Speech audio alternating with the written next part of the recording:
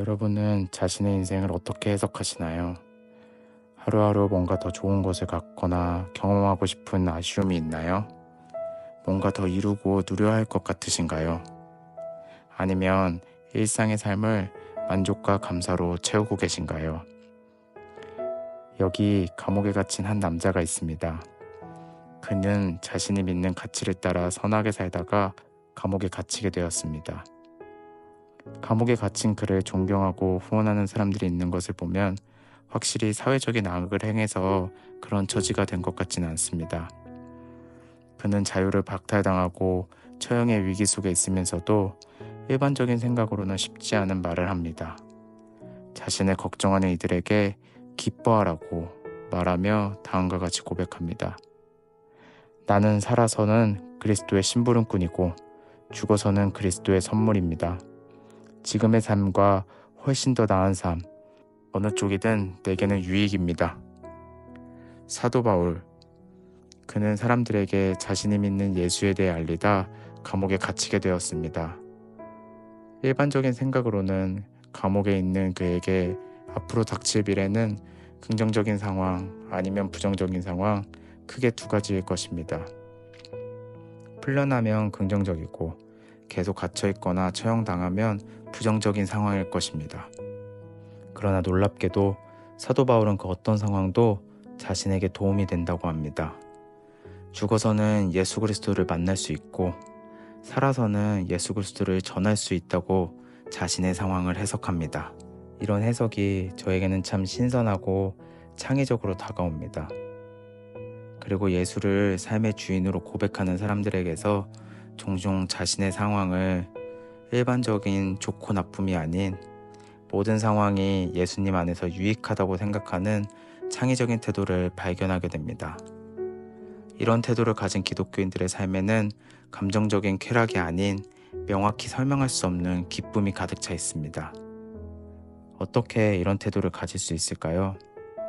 예수를 믿는다는 것은 흔히 생각하는 도덕적이고 착한 종교인이 되는 수준이 아닙니다. 예수님이 전하신 하나님 나라의 진리는 편안함, 돈, 명예, 내 삶의 만족 등을 통해 자신의 행복을 위해 살아야 한다는 이 시대의 당연한 가치관과 정반대입니다. 예수가 말하는 진리는 그렇게 살지 않아도 우리는 문제없이 살아갈 수 있으며 더 인간답게 잘 살 수 있다고 말합니다. 그 진리는 우리 존재와 삶, 사회, 경제, 정치, 문화에 관한 것이고 매우 실질적인 것으로 오늘 내가 처한 상황을 남다르게 해석하고 삶의 구체적인 방식을 결정하게 만듭니다. 너는 너의 삶의 주인이야. 그래서 어느 정도 건강해야 해. 어느 정도 돈이 있어야, 어느 정도 외모는 괜찮아야, 어느 정도 여행은 다녀야, 어느 정도 괜찮은 가정이 있어야 잘 사는 것이라고 말하는 시대 속에서 저의 일상은 쾌락, 근심, 고통, 만족을 정신없이 오가곤 합니다. 그런데 제가 믿는 예수님의 가르침은 그렇게 살지 말라고 합니다. 너는 너의 삶의 주인이 아니야. 그렇게 남들처럼 살지 않아도 살 수 있고 더 잘 살 수 있어 라고 말합니다.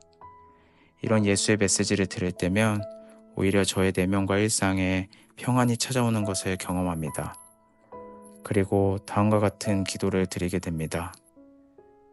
내가 내 삶의 주인된 자리를 내려놓기를 다시 한번 기도합니다. 내가 나의 행복을 위해 사는 것이 아닌 나를 위해 십자가 지신 주님을 위해 일상을 살 때, 내 이득이 아니라 주님이 허락하신 관계 속에서 사람들의 풍성한 삶을 위해 살 때, 그럴 때 삶이 더 나아지고 깊어지고 풍성해지며 만족할 수 있는 기쁨을 누리게 된다는 그 복음을 믿습니다. 이 시대 시류와 남들의 의견과 기준에 얽매이지 않게 해주세요. 내 가족의 안정과 양가 부모님의 노후를 너무 심하게 걱정하지 않게 해주세요. 나를 위해 십자가 지신 주님이 나와 가족들을 돌보시고 이 시대에 보기 좋은 삶의 모습이 아니더라도 인간적인 눈으로 보기에 남루하거나 부족해 보이는 인생이라도 하나님의 합당한 백성으로 하루하루 일상을 살다 주님의 복음을 누리며 영광의 그날 주님을 만나는 인생을 사는 것이 참된 인생임을 믿게 해주세요. 그리고 그 믿음을 통해 오늘 하루도 풍성하고 평안하기를 기도합니다.